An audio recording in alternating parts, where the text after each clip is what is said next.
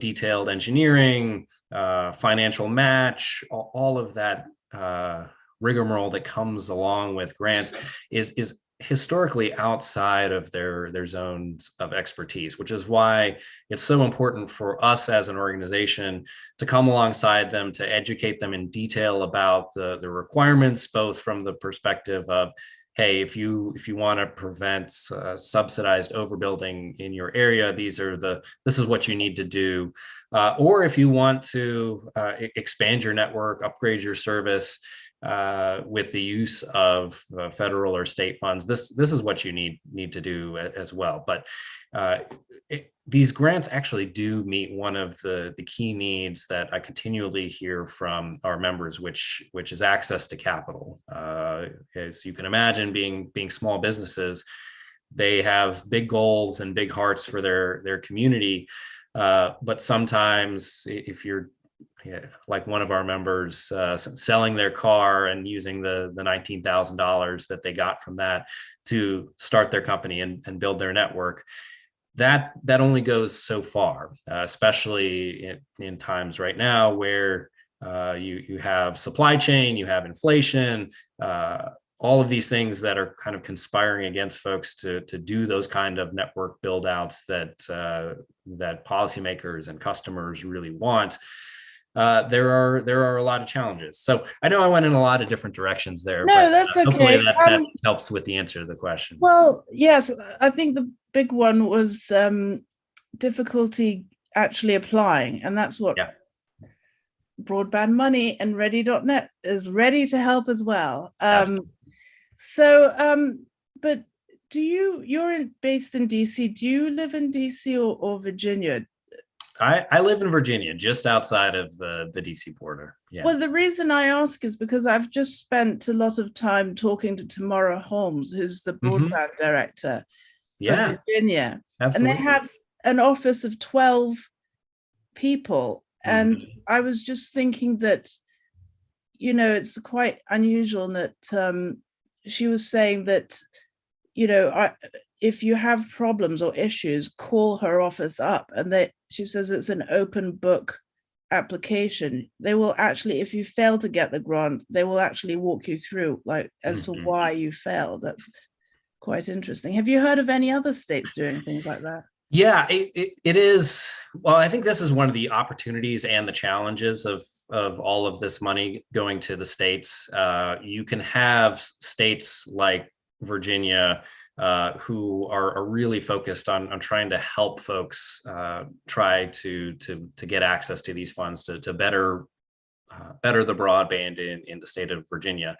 You have other states who haven't even stood up a broadband office yet. So there's nothing there yet for folks who are looking for help applying for these funds. So it's great because there is more opportunity for states that are forward thinking and have done really well.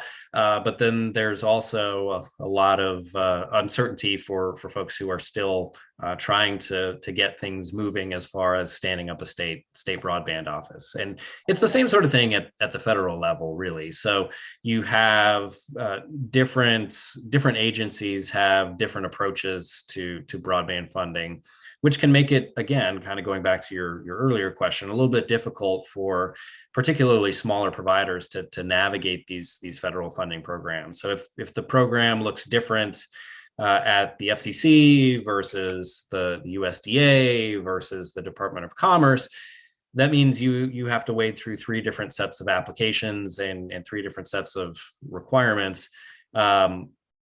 So there are definitely puts and takes associated with all of these various approaches here. Well, I will get to the questions from the audience, but just to round this discussion out, what is the geographic? I know you have all different kinds of members, but what's the largest kind of geographic area that one of your members might cover? Because I mean, I'm surprised to hear that I mean, I know that they will be cobbling together different pots of money to expand their presence, but I'm surprised to hear that they would be, offering service beyond one state, or maybe they're going across contiguous states. Yeah, and that's a really good point of clarification, because while we do have some, the predominantly our members are very hyper local. We also have some larger ones who have a multi-state presence as a result of some smart policy decisions that the government made. Some of these including, say, Rise Broadband, or Next Link Internet, WISPA, ISP, Midco. Those are folks who are able to leverage some of this public and private capital to substantially grow their businesses. So I think the answer is that if policy is done in the right way, you can incent both fantastic customer service as well as significant growth in the sector. But it really, the devil sometimes is absolutely in the details. Okay. I have a question from Jace, one of our co-founders for broadband.money and ready.net. He says, Claude, WISPs are often the first responders of broadband need. They roll up their sleeves, put up equipment, and get neighbors connected. They also face increasing pressure to deliver higher performance, not always attainable through wireless alone. What are your thoughts on hybrid entities that combine the best of wireless and fiber? Sure. So I think a couple things in response to that. One, I would kind of push back on the notion that wireless is somehow second best. I think I'm doing this this call over a wireless connection. Granted, it's wireless within the home, but pretty much every device that consumers and businesses use is connected wirelessly. It's just a question of how far back in the network that wireless connectivity goes. But kind of to the broader point, I think we are certainly seeing a change in the industry. I mean, our folks are very innovative and entrepreneurial. So if customers are demanding a particular type of technology as opposed to a certain type of quality of service, they'll figure out a way to get that done. If government is saying, well, we want you to deploy fiber and not wireless, they'll figure out a way to get that done too. I think where the issue happens, and we kind of talked about this a little bit already, is fiber is incredibly expensive. And with all of the billions of dollars available, especially now in the face of rising inflation, supply chain difficulties, labor shortages, and things of that nature, that money isn't going to be enough to even if policymakers made the decision, we're going to go with fiber. That's not going to be enough to connect all the people who need to be connected today, which means we need a variety of solutions at the table. And I think that's where I see a lot of our members going in the future. They may set up a particularly small town in their footprint with a little bit denser population with fiber. And then they may shoot over wirelessly to the next town over and then fiber that up as well. I think there are some really innovative and interesting things going on in the space right now, both with wireless as well as fiber, which is why it's been our message as an organization that we don't want to constrain service providers, municipalities, states with one particular technology or another. Let's pick the right tool for the job, which in some instances may be fiber, in some instances may be wireless. Right. Do you have any examples of anyone doing anything really interesting and cutting edge with some of the latest technologies in remote areas? Sure. So I think one of it's really interesting. Actually, the member that I was referring to earlier, which is Prairie Hills Wireless in rural Ravenna, Nebraska, they have been able to take kind of like the 5G small cell approach that the larger providers are starting to roll out now. Uh, his company was doing this several years before the big guys were, and he's offering several hundred megabit packages wirelessly in rural Nebraska. And he did it with the $19,000 he made from selling his car. Wow. So that's the kind of entrepreneurial and an innovative spirit that really encapsulates our industry.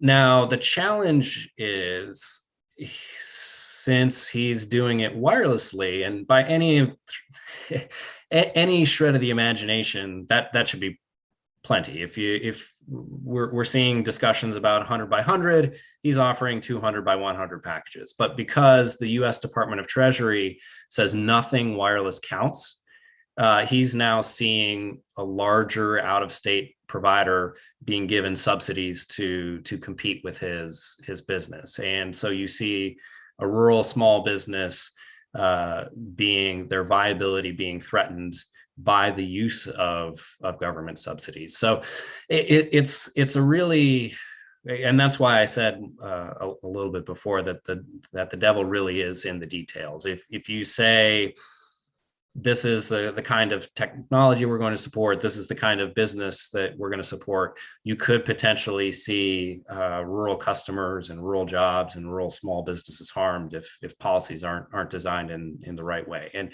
I think that's the kind of spirit and that kind of service that we want to encourage as a country and not discourage. They should contact their senator. I think they already have. So I want to get to one of our audience member questions from Dan Lubar. I'm not sure. I hope I'm pronouncing his name properly. I think that's right. Yeah. Do you know Dan? I do know Dan. He is one of our members. Oh, right. Okay. He says, Claude, great to see you doing an AMA session on BB Money. Now that you've been both inside the FCC as an FCC Commissioner's Chief Counsel and also a wireless infrastructure and industry guy, please share a few things you've learned about the USA's approach to broadband markets and how you might change a few things for the better, if you could. Wow, that's a big question. That's a big question. I could probably spend the rest of our time talking about that. But I think at a high level, one of the things that really interested me in this role at WISPA in the first place was because of the guys like Dan and many of the companies like his, who kind of like Jason was saying at the top, these folks are the first responders in the broadband industry, while other providers were sitting on their hands, kind of milking money from copper or satellite and not providing high quality service. These were the folks who figured out how to get it done with very little resources.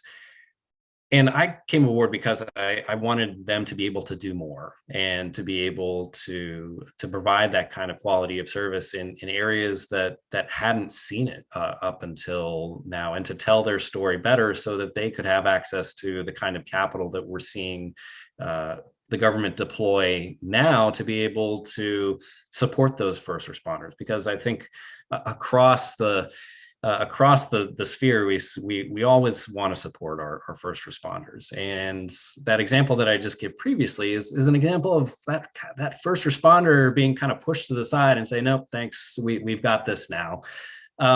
So I think at the end of the day, we want policies that are going to support the kind of hyper-local, community-based, customer-centered companies that make up the portion of the industry that's really bringing innovation and competition to the space. So it's things like better spectrum policy that takes into account smaller providers and innovators in the space, and not necessarily allocating spectrum just in a way that makes sense for large multi-billion-dollar public companies. It's things like making subsidy policy work in a way that allows companies that are providing fantastic service and could just use a little bit of help to be able to access that capital to improve their business. It's taking account of things like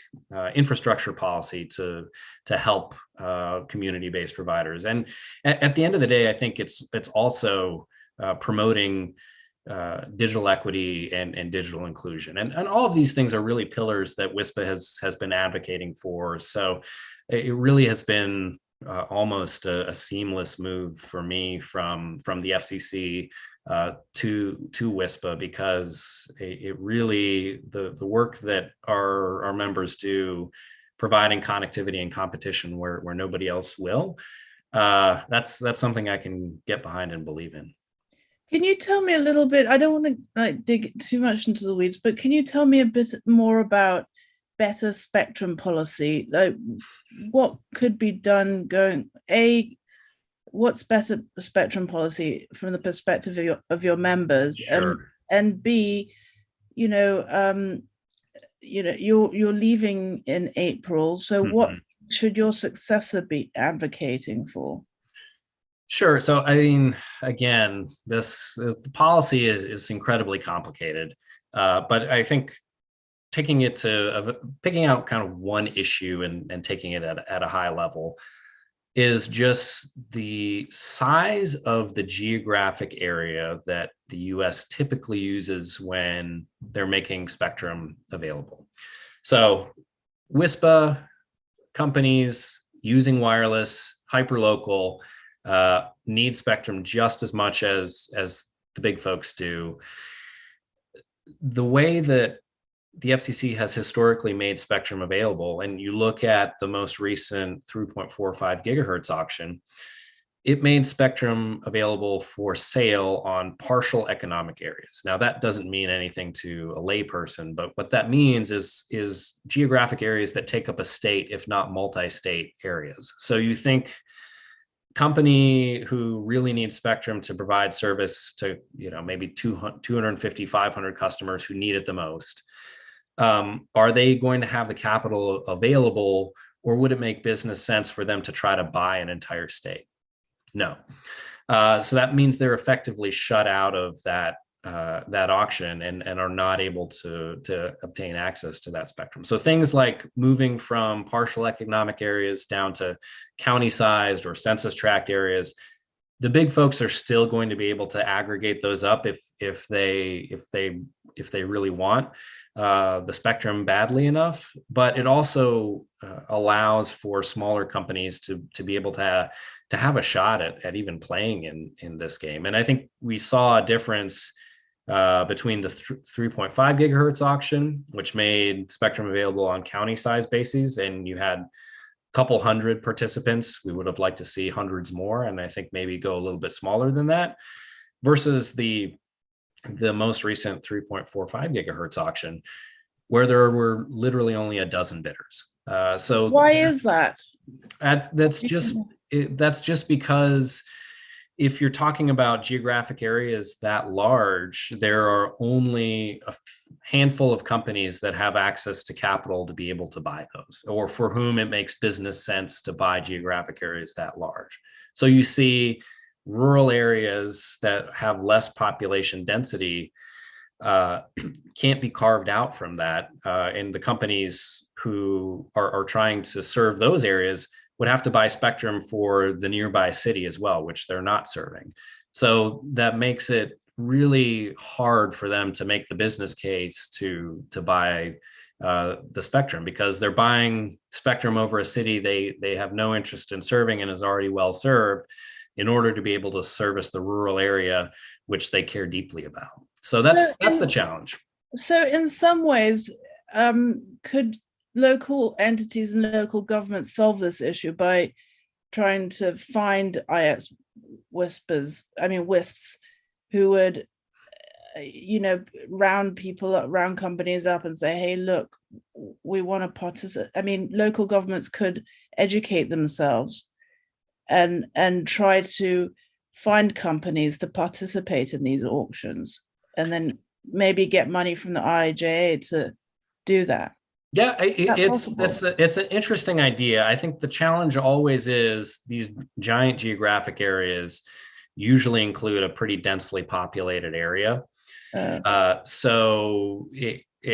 those are both the cost drivers as well as I think from the big companies' perspectives, the revenue drivers. So it really kind of comes down to the way that the spectrum is cut up for sale in the first place. So I think there's absolutely room for coordination, for public-private partnerships, for consortia to be able to do more in the space. But if it's still these giant geographic areas, most folks are going to be shut out of participating in the first place. And kind of to the second half of your question, that's a piece of policy that I absolutely see whoever my successor is carrying forward, because it's just so critical to the ability of wireless broadband companies to be able to provide quality service and compete in an environment where spectrum is becoming increasingly scarce. I mean, so basically we could be stuck in a situation where there's sparse population, so fiber, maybe a fiber network doesn't make sense, but then if there may not be companies that there may not be wireless internet service providers that are well capitalized enough to participate in these auctions. So then they can't provide the service and people are still stuck without any service. And I think that's the fear. I think that's the fear. And that's why it's so tough, because, and so often why rural areas get left behind, because you take a policy like, let's get fiber everywhere. On the face, that sounds relatively unobjectionable. I mean, we may have some quibbles with it because we think we want it to be open to all technologies, because all technologies have a fantastic place at the table. But what that does is that drives funding to areas where it's already relatively densely populated, but for some reason they don't have fiber. So say pick Alexandria, Virginia, which is a very densely populated, by all stretch of the imagination, pretty well off. We don't have fiber. So instead of the money going to rural Nebraska, it would go to suburban DC. And that's the challenge that I think policymakers have to grapple with, because when you put your thumb on the scale in a way that doesn't really fully take into account market realities, then you have unintended consequences that again leave rural areas behind. And we've seen that time and time again in subsidy policy and spectrum policy and other policies, just because of just the way things have been designed to not really take into account the needs of rural small businesses and rural areas. Okay, policymakers, I hope you're listening to this. So the second part of Dan's question is, we've kind of addressed some of this. He said, during your time at WISPA, you've taken the trade organization to a new level. Great job, by the way. What, from your point of view, is next for wireless now that the great convergence of mobile and fixed wireless is evolving quickly with things like private LTE via CBRS? I'm not sure I understand what that last bit is about, but maybe you can explain. Sure. So it's interesting. Private LTE is one of the things that, instead of an enterprise or a business paying one of the large mobile carriers for service on their property, they may say, hey, there's this thing called CBRS spectrum, which is a shared spectrum, lightly licensed. I may be able to stand up my own network or work with another service provider to stand up a network. And I'll give you an example. So one of our members, a company called Brazos Wi-Fi, out just outside of College Station, Texas. They're a small WISP doing a fair amount of fiber. They were doing private LTE before it was really called private LTE. So several years back, they stood up a network for a precision agricultural facility there to be able to track all of their assets wirelessly as they move across this giant acreage of farmland. So if you're trying to track cattle, you're trying to track trucks and figure out whether the cows are healthy, did the truck break down, you do all that wirelessly, regardless of how much bandwidth you need to get to the institution to be able to pull that off. All of that needs to be done wirelessly. So those are the kind of applications that we're talking about in rural America. You're allowing the farmer to be able to, instead of being in the calving barn with the cows during the season where the mothers give birth, they can instead view those over closed circuit TV via the comfort of the farmhouse, as opposed to being out in the barn. So those are the kind of cool things that you can do when you're not necessarily tethered to a wire at the end of the day. And I think, kind of zooming out from the whole industry perspective, I think it's a fantastic opportunity. I mean, you see with COVID, more and more people kind of rethinking the urban life and moving out into areas that they may not have considered before, and starting businesses and doing those kind of things. And that means you need to have that kind of wireless connectivity to be able to support those things. And I think it's a fantastic business opportunity for these small community-based operators that have a whole new business, whole new population to support. Right. Okay.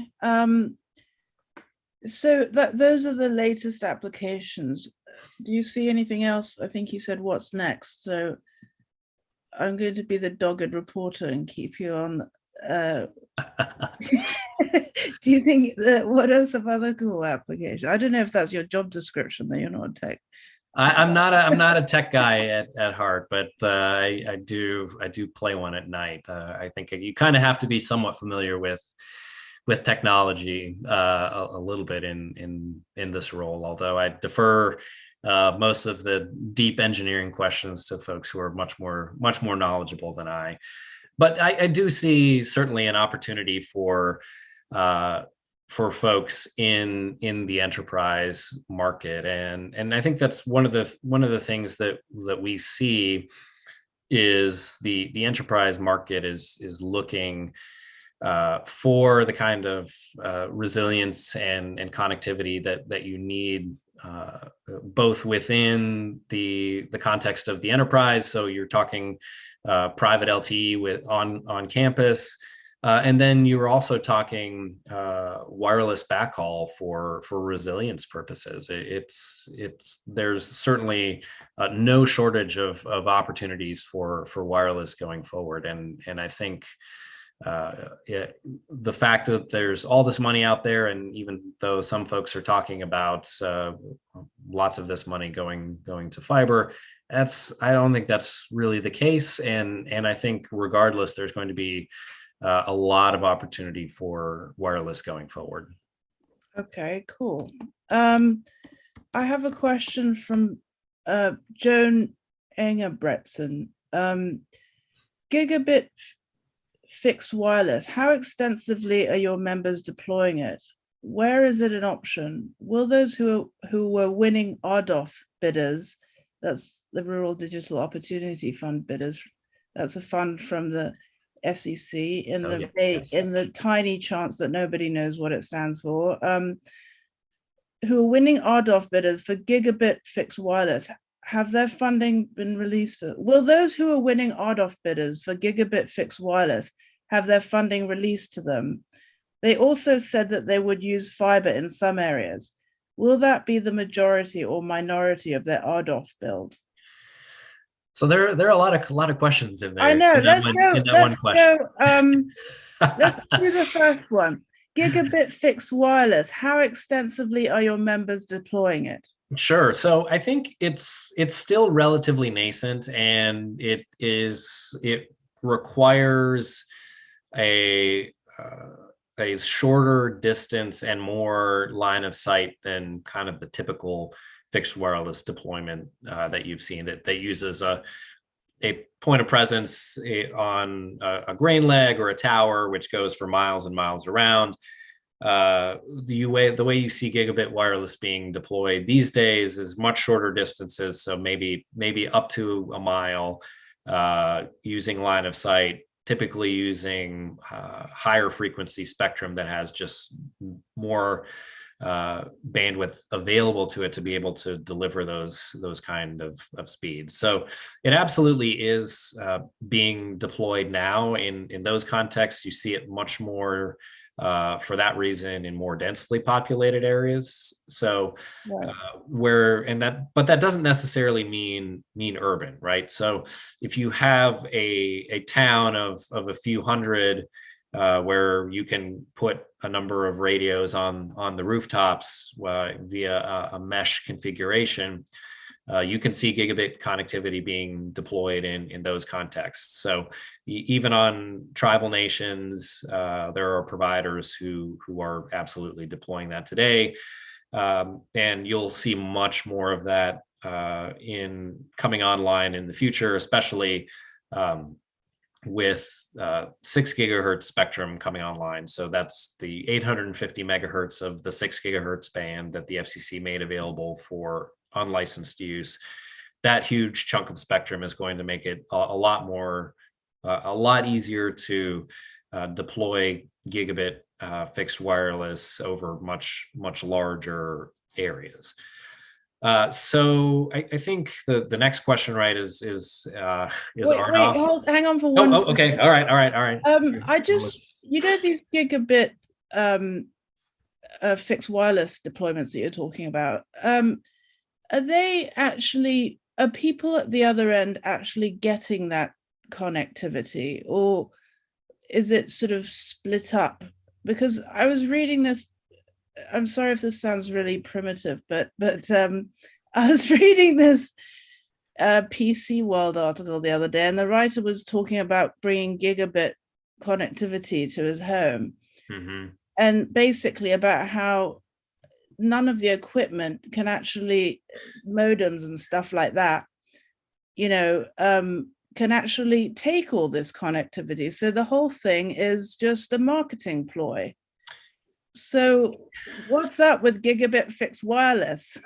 So I think that's the challenge that a lot of our members see with the gigabit marketing, right? So you have to offer what consumers want if you want for them to be your customer. And so you see a lot of people trying to figure out how to get gigabit to the home, just because that's what consumers want, even if they don't need it. All of the surveys that we have done as an organization seem to indicate that gets utilized a small fraction of the time and a small fraction of the bandwidth. So it really is, at the end of the day, a marketing ploy, as you mentioned. But then the issue also is once you get gigabit connectivity to the home, as you were saying, there are very few, if any, devices that can actually distribute gigabit connectivity throughout the home. So that laptop of yours that's a few years old doesn't have the network card in it that allows it to transmit to the wireless router, which probably doesn't have the capability to transmit gigabit connectivity either. And so then you're kind of stuck in this difficult situation, which some of our members who are deploying gigabit find themselves in. Do you get a service call from a customer saying, I can't get gigabit, I'm doing a speed test on my laptop and I can't, it's just a couple hundred megabits. And you're like, well, that's because you have the last generation wireless router.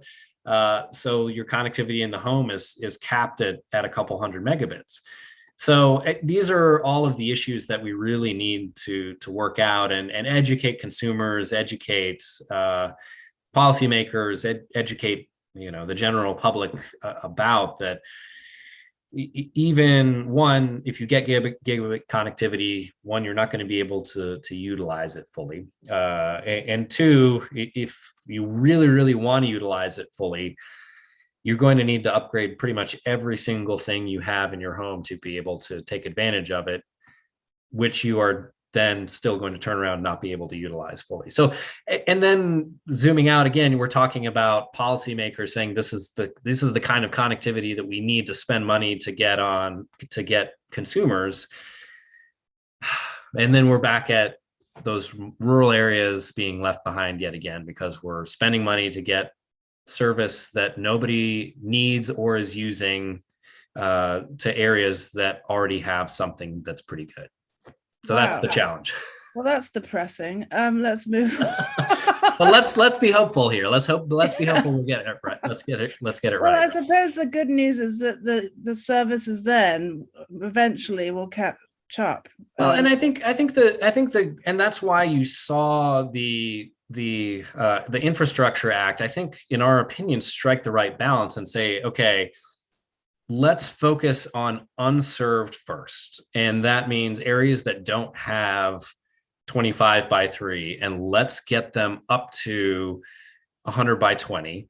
And then let's focus on underserved areas, which are areas that have 25 by 3, but don't have 100 by 20, and bring them up to 100 by 20.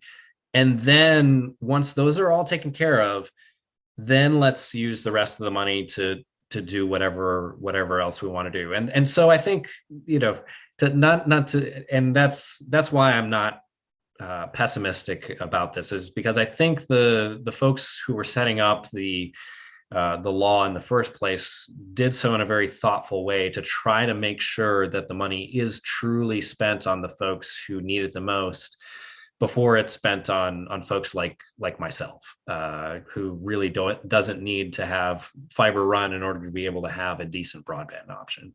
Right. Well, thank you for explaining that. It's pretty good. So let's see. Actually, this is taking up. I want to get to all the different questions, but I will try to get you to answer this one.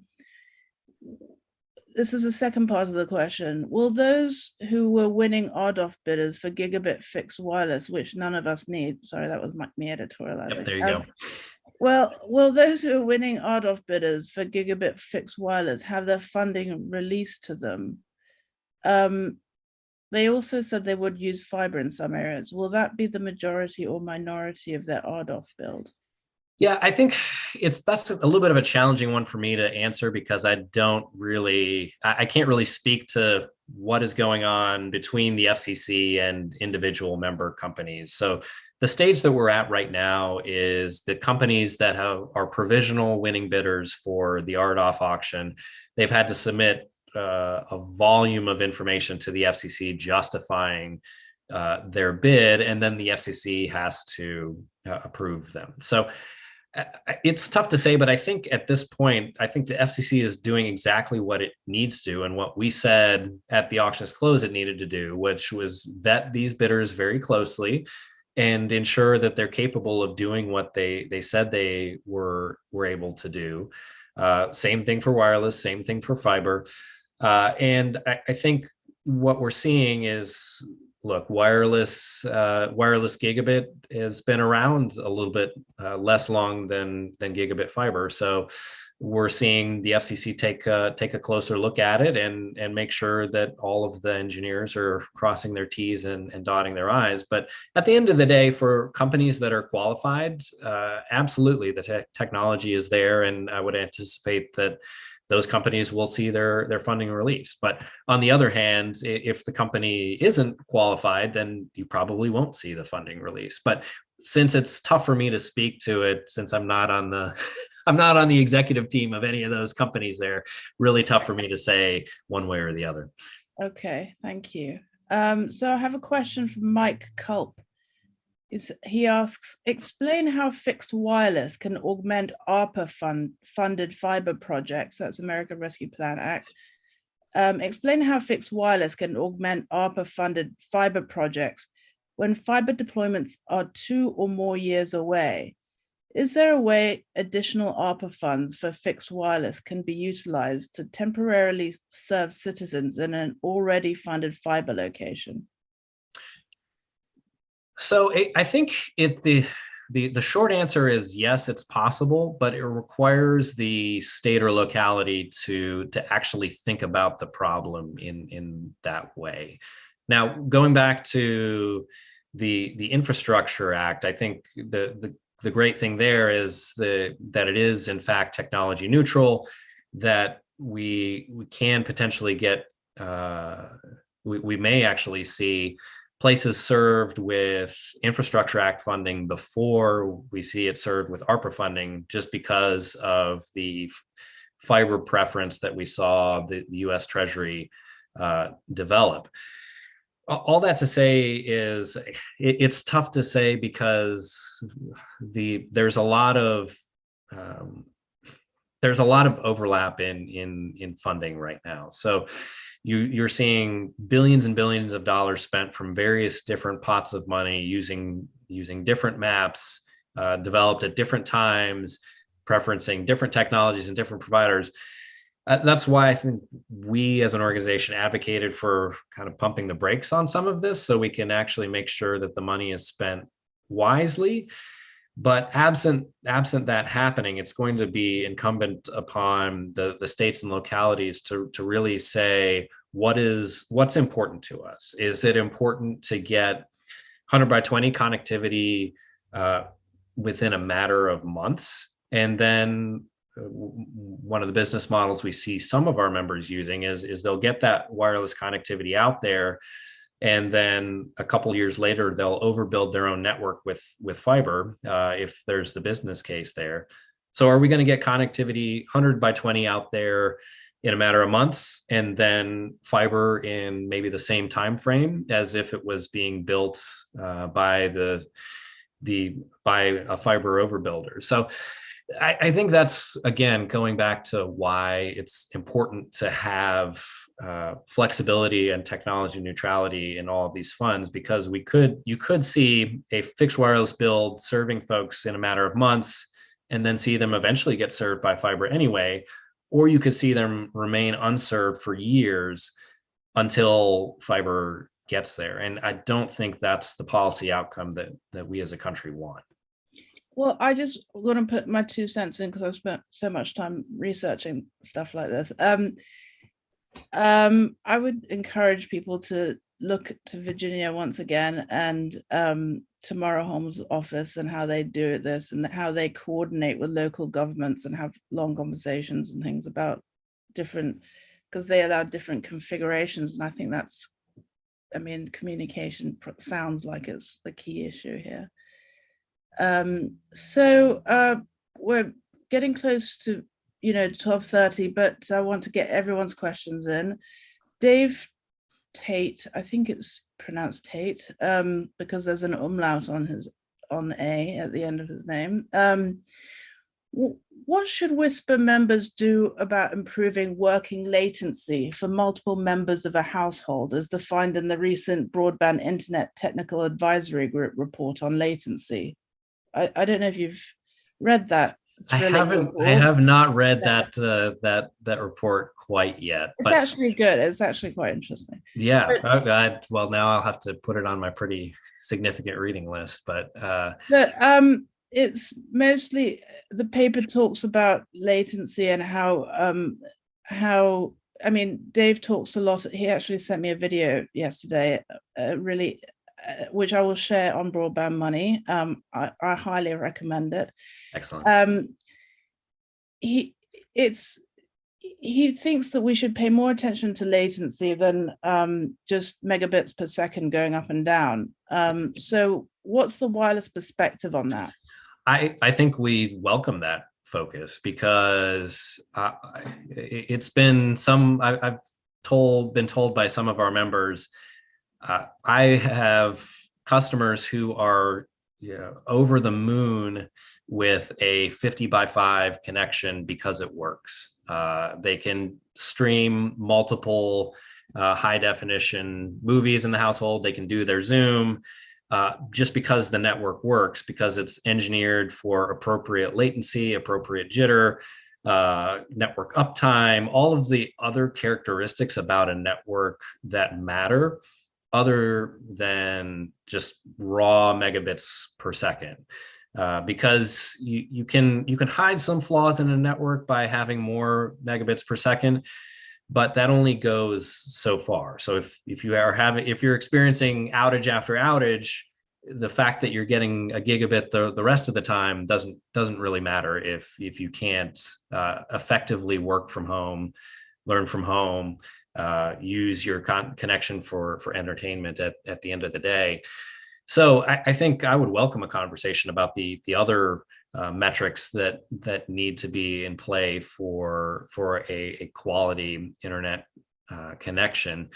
And that's one of the things that you see our members focus on is overall customer service and quality of service, and not necessarily chasing the megabits at the end of the day, because they look at what their customers are using and will use in the future, and engineering the megabits for that while keeping all of these other metrics as quality as possible.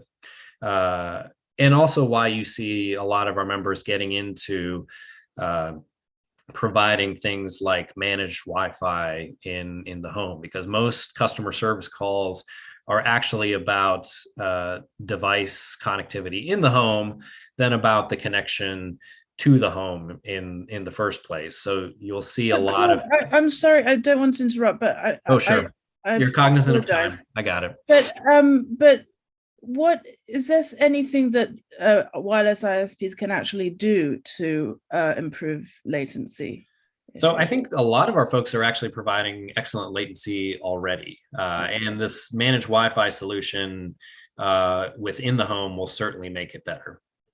Okay. All right, now I might interrupt you a bit more. No, I don't want to be rude, but no, I love your detailed answers. I think they're really great. So let's see what else. Drew has a question. Drew Clark of Broadband Breakfast, founder of Broadband Breakfast and editor-in-chief of Broadband Money. His question, he has many questions. Could you, well, I suppose I should ask this other one first, actually, sorry. There's one on TJ, one of our reporters, on, can you share your thoughts on exclusivity agreements in multi-dwelling units? What's the official WISPA position on that, I guess? So we don't like them. That's the official position, and we're really glad the FCC has taken the issue on. Okay, great. Next one.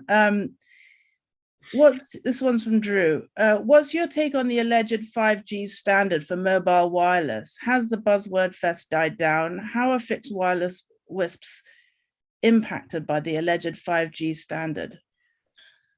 So I think there was a lot of 5G buzz going around for a while. That has certainly died down, and we're actually seeing folks starting to deploy 5G standard equipment in the networks. And at the end of the day, it is what 5G is. It's an incremental improvement in the efficiency of wireless gear.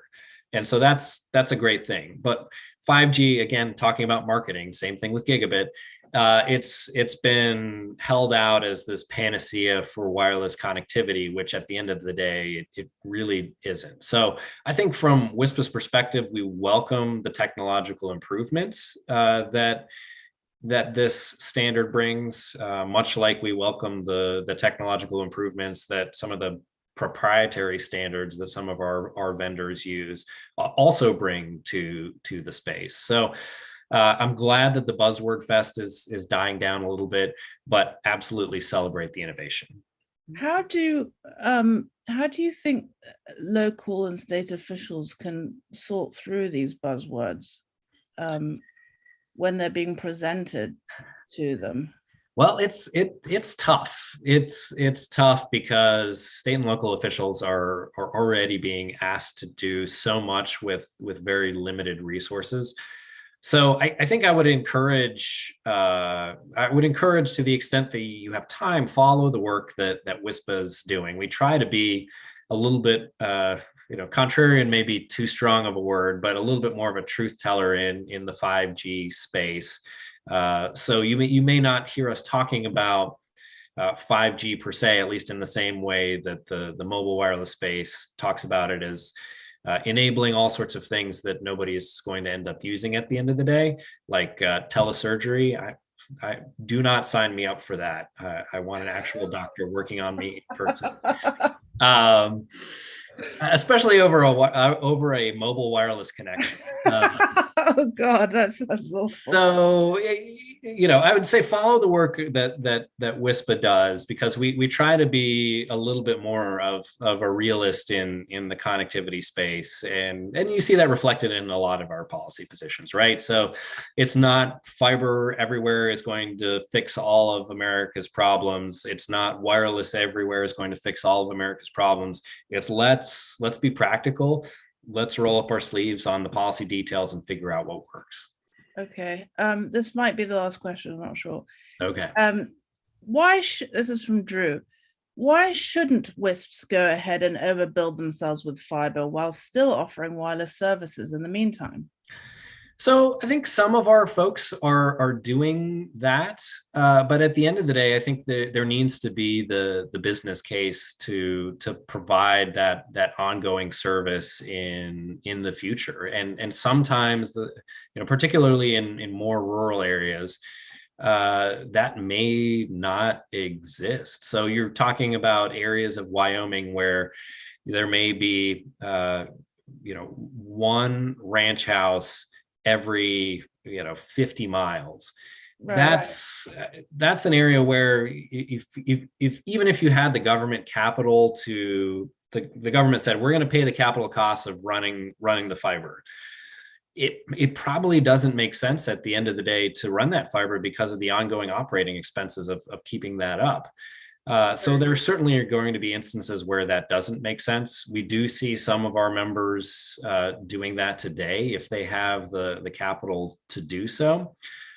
So I think my message to policymakers and our members is utilize this capital in a smart way, and that means if you need to build wireless with it, absolutely build wireless with it.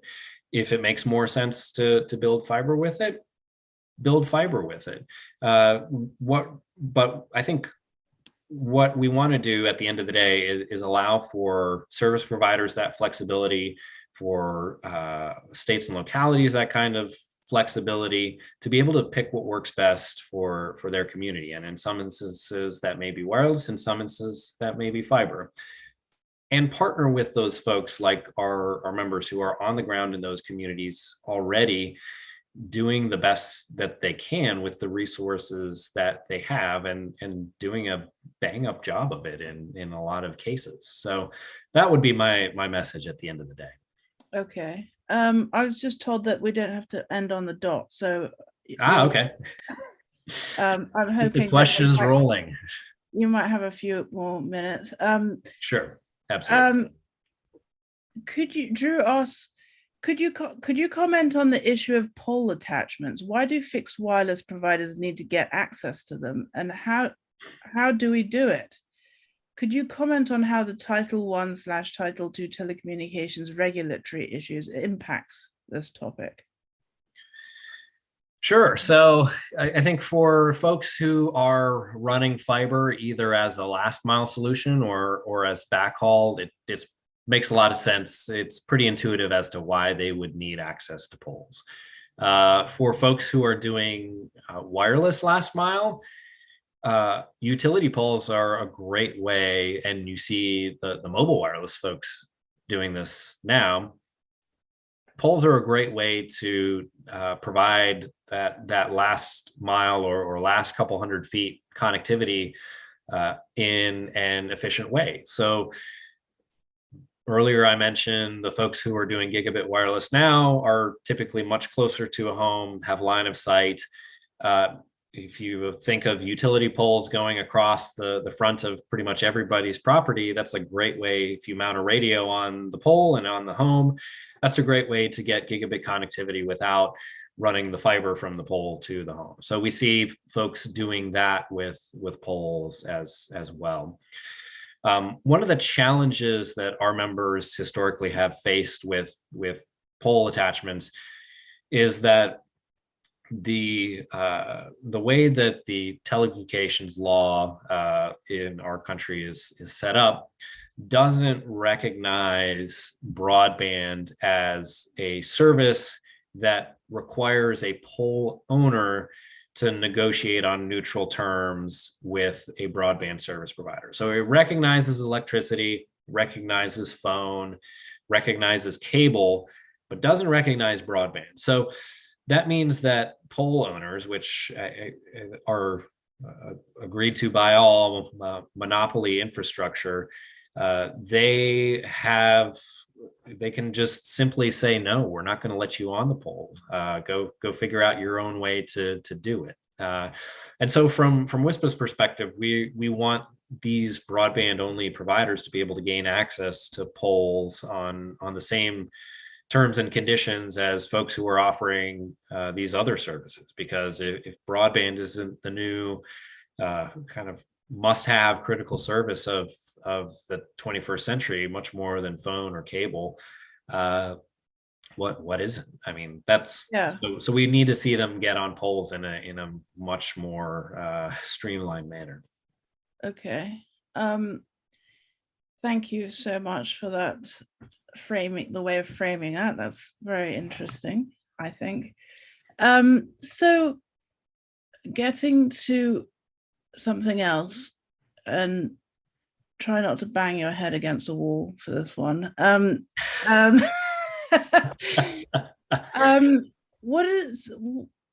Does WISPA have an official position on network neutrality and how it should work? I mean, the way I would frame it is it possible to sort of make, satisfy the demands of activists and people like that who want equal access, and then also provide a network of quality where you have to look at all these different elements of managing the network and interfering? Sure. So I think the last few years and the ping-ponging back and forth between, is it Title I? Is it Title II? Do we have net neutrality rules? Do we not? I think it's shown that we really need Congress to step in and settle this once and for all. Otherwise, every time you see an administration change at the FCC, you're going to see a new approach to regulating net neutrality. And from the industry standpoint, that's less than ideal, because particularly from the small provider standpoint, anytime you're changing regulations, you're requiring people whose primary job is connecting consumers to have to digest a new regulatory regime and figure out how to comply with it. Larger providers, yes, it can be a burden, but they have tens, if not hundreds, of lawyers to help them translate that. Our members don't. And so we're particularly sensitive to what kind of regulations are imposed at the end of the day, and how things ping pong back and forth, because at the end of the day, the regulatory burden on our folks is much more significant as a portion of their bottom line than it is for a much larger public provider. But on the policy, look, our folks don't have the kind of market power that the larger folks do. So they're not going out and telling Netflix, hey, strike a deal with me so you pay me so I prioritize your stuff over my network. There's just Netflix would tell them to go pound sand. So there's no way they're engaging in paid prioritization. It's not in their interest to block. It's not in their interest to throttle. These are folks who, if they decided to do anything funny with their network, they would get yelled at in the grocery store by their customers. So, our folks don't block, they don't throttle, they don't pay, they don't engage in paid prioritization just because it doesn't make sense for them. So at the end of the day, from a policy perspective, if those rules were imposed, would that make a difference in how our members operate their networks? No.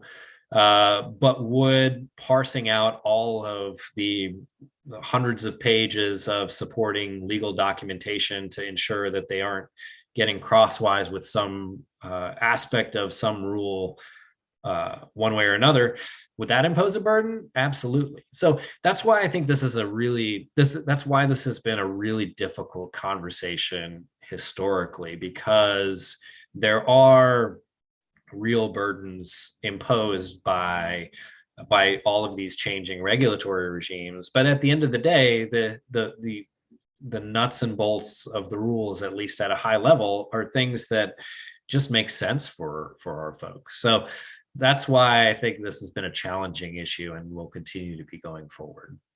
Thanks. Yes, indeed.